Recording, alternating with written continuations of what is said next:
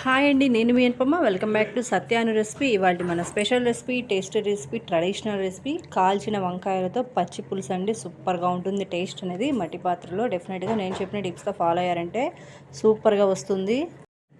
పాతకాలంలో మట్టి పాత్రలో చేసేవాళ్ళు ప్రతి వంట మట్టి పాత్రలో వేస్తే హెల్త్కి చాలా మంచిదండి. మట్టి పాత్రలో కనుక చేస్తే ముందుగా ఒక 3 వంకాయలకి ఇలా ఆయిల్ అప్లై చేసుకుందాం. మొత్తం వంకాయలు మొత్తం ఆయిల్ ఫిల్ చేసుకోవాలి. 3 వంకాయలకి ఇలా చక్కగా రుద్దేసుకుందాం. 3 వంకాయలకి పచ్చి పులుసు వంకాయ అయితే చాలా బాగుంటుంది. రాయలసీమ ప్రాంతాల్లో చాలా బాగా చేస్తారండి ఈ పచ్చి పులుసు అనేది. ఇష్టంగా తింటారు. ఇప్పటికీ నేను 3 రకాల పచ్చి పులుసులు అప్లోడ్ చేశాను చూడండి. స్టవ్ వెలిగించేసి ఇలాంటిది ఒకటి పెట్టుకున్నాను. ఇది లేకపోతే ఈ స్టెయినర్ అనేది లేకపోతే కనుక చక్కగా మీరు స్టవ్ మీద డైరెక్ట్గా కాల్ చేయొచ్చు వంకాయల్ని పెట్టేసుకొని. నేనైతే ఇలా పెట్టేసుకొని కాల్చుకుంటున్నాను. నిప్పుల మీద కూడా కాల్చుకుంటారండి, కానీ మనకి ఇప్పుడు కట్టెలు పోయి నిప్పులు మనకన్నీ అవైలబుల్గా లేవు కాబట్టి ఇట్లా కాలుస్తున్నాను. ఇది లేని వాళ్ళు చక్కగా స్టవ్ మీద డైరెక్ట్గా పెట్టేసి వంకాయని కాల్చేసుకోవచ్చు. ఆయిల్ అప్లై చేసుకొని ఇలా కాల్చుకోవాలి చక్కగా. చూసారా, ఇలా అన్ని వైపులా కాల్చుకోవాలండి వంకాయ అంతా బాగా. అప్పుడే ఆ పచ్చి ఫ్లేవర్ అనేది బాగుంటుంది. ఆ స్మోక్ ఫ్లేవర్ అనేది పచ్చి పులుసుకి మొత్తం కాల్చుకోవాలి. బాగుంటుంది ఇట్లా చేసుకుంటే. డెఫినెట్గా ట్రై చేయండి, 100% గ్యారంటీ. చూసారా, ఇలా 3 బాగా కాలిపోయాయి. ఇలా ఒక ప్లేట్లోకి తీసుకొని మనం వీటి మీద కొంచెం వాటర్ చల్లుకోవాలండి. వేడిగా ఉన్నాయి కదా, కొద్దిగా చల్లారితే వాటర్ చల్లుకోవాలి మొత్తం ముందు. ఇట్లా వాటర్ చల్లుకుంటే కనుక మనం పట్టుకోవడానికి వీలుగా ఉంటుంది. వాటర్ చల్లుకొని ఇప్పుడు ఆ పైన బాగా కాలింది కదా, ఆ కాలిందంతా తీసేయాలి. ఆ మాడుదంతా చిక్కులా కట్టింది కదా, ఆ మాడు చెక్క అనేది ఇట్లా పూర్తిగా మనం రిమూవ్ చేసేసుకోవాలి. మంట సిమ్లో పెట్టుకునే కాల్చుకోవాలండి. ఇది చాలా బాగుంటుంది ఇలా కాల్చుకొని చేసుకుంటే పచ్చి పులుసు అనేది. ఇలా మొత్తం చక్కగా తీసేసుకున్నాం మనం. అది ఇలా తీసేసుకున్నాం. ఇప్పుడు 3 మట్టి పాత్రలో పెట్టేసాను. ఈ 3 వంకాయలని ఇలా చేతితోనే బాగా కాలిపోతుంది. కొంచెం చల్లారించి అట్లా చేతితోనే మ్యాష్ చేసుకోవాలి. దీన్ని మట్టి పాత్ర కాబట్టి నేను చేతితోనే మ్యాష్ చేస్తున్నానండి మొత్తం మెత్తగా ఇలా. లేదా గరిటెతో కూడా, పప్పు గుత్తతో కూడా చేసుకోవచ్చు మ్యాషింగ్ అనేది. ఇందులో కొత్తిమీర వేస్తున్నానండి కొంచెం.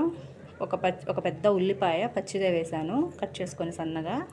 ఇందులో ఉన్న నీరంతా దిగిపోవాలి ఇందులోకి. మనం చేతుల్లోతోనే బాగా మ్యాష్ చేయాలి వీటిని బాగా గట్టిగా.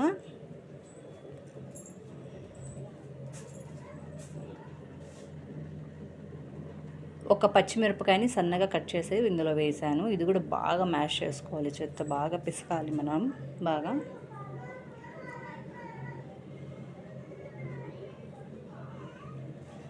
మ్యాష్ చేసుకోవాలి. ఒక అల్లం ముక్కలు చిన్నగా కట్ చేసి ఇందులో వేసానండి, సన్నటి అల్లం ముక్కలు. ఇందులోనే పచ్చివి వేసాను, అవి కూడా వేసేసి బాగా మ్యాష్ చేసుకోవాలి గట్టిగా.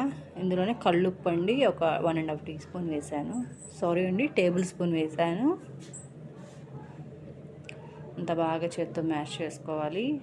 ఈ పచ్చిమిర్చి అల్లం అంతా ఫ్లేవర్ బాగా ఇందులో దిగాలి. ఒక టీ స్పూన్ పసుపు.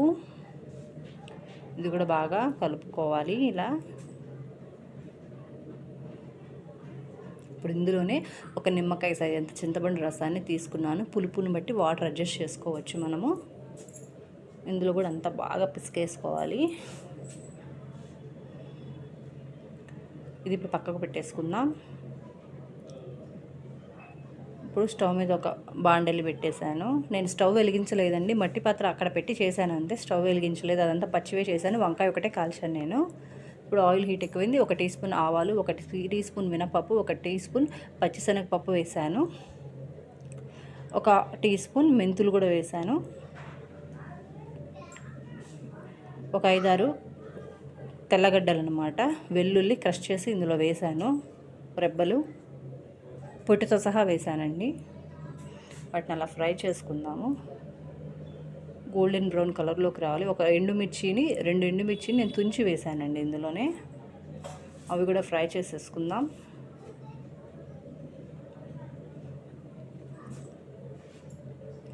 ఇంగువ అండి, ఒక హాఫ్ టీ స్పూన్ వేసానండి ఇంగువ. అది కూడా ఇందులోనే వేసేసి ఫ్రై చేసేసుకుందాము. ఇందులో కొంచెం పచ్చి కరివేపాకు వేసాను. అది కూడా ఊరికే అలా అలా ఫ్రై చేసేసుకుందాము. ఇంకా మళ్ళీ మాడిపోకూడదు కదా, ఇంకా తీసేద్దామండి. ఇప్పుడు గోల్డ్ కలర్లోకి వచ్చేసాయి అన్నీ. ఇదంతా ఈ పచ్చి పులుసులో పోసేసుకుందాము.